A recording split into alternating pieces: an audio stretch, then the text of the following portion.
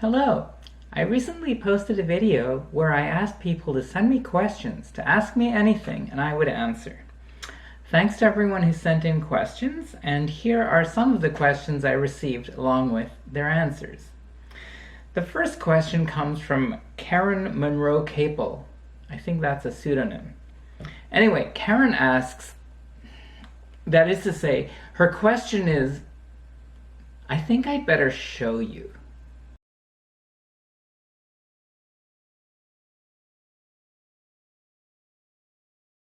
Yeah, I have to admit this stumped me. I thought the answer was 7, but I thought I'd check with a higher authority, so I gave the question to my cat, Gateau. Gateau glanced disdainfully at the question and answered thus. Wretched human! The price for my wisdom shall be 3 handfuls of Temptation's kitty treats, seafood medley flavor. As I take my place upon this trivial question to ponder briefly, I realize that to your simple human brain, the question seems like indecipherable mouse scratchings, or possibly the awe-inspiring inscriptions of some advanced alien species. But my vast feline intellect recognizes this as nothing more than LaTeX source code.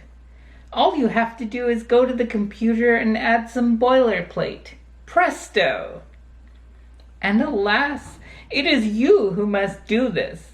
Because of some gruesome and cruel twist of fate, the universe has decided that although it is cats that have unmatched intellect, it is lowly and brutish humans who have hands with opposable thumbs. Go now, type this into your text editor and invoke PDF LaTeX followed by a PDF viewer, and the result shall be plainly visible. Now I know that you feeble-minded humans may not recognize that, but even the runtiest kitten of the litter, not yet weaned, would instantly perceive that to be the derivation of the formula for the derivative of the ratio of 2 functions. Starting from first principles and doing some algebraic manipulation so trivial in its simplicity that even you may be able to do it, we see the formula known even to mice, that the derivative of the ratio of 2 functions is the bottom times the derivative of the top, minus the top times the derivative of the bottom, all over the bottom squared. Fetch my treats now, human, and do try to conceal your groveling awe at my vast intelligence. It's most unbecoming. The next question was from the bridge keeper, and goes as follows. What is the airspeed velocity of an unladen swallow? Well, that one stumped me too, so I asked Gateau. He delicately belched up a feather and answered simply, not fast enough. Today's final question is from Tavis, and he asks, what is your favorite thing to cook, eat, restaurant, etc.? Well, Tavis, that etc. on the end makes it a pretty wide open question. There I was promising not to do any more song parodies, and here you are asking me to name a few of my favorite things. I'll leave off the etc. and I'll answer the rest in reverse order. My favorite restaurant varies depending on my mood. I have a lot of favorites, but if I have to pick just one, it would be the Table Vegetarian Restaurant in Ottawa. The food's always delicious and tasty.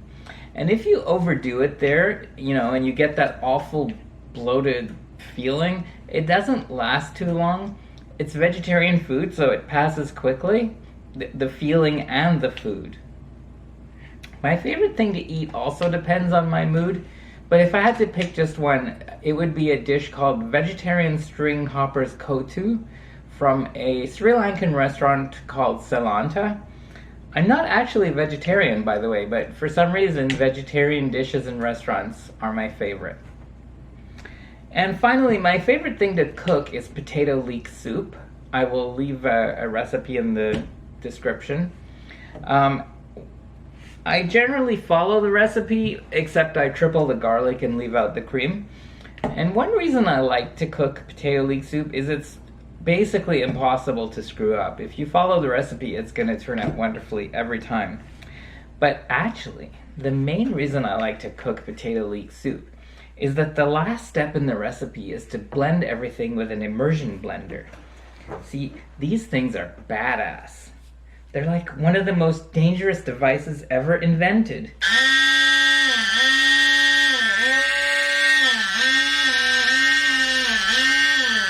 They're like tiny little lawnmowers with no safety switch that you can use to like cut off your nose or your fingers or... No, that one's already been done.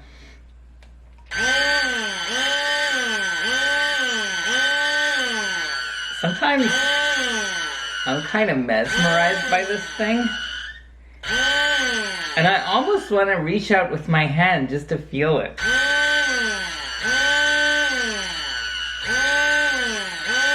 Must resist.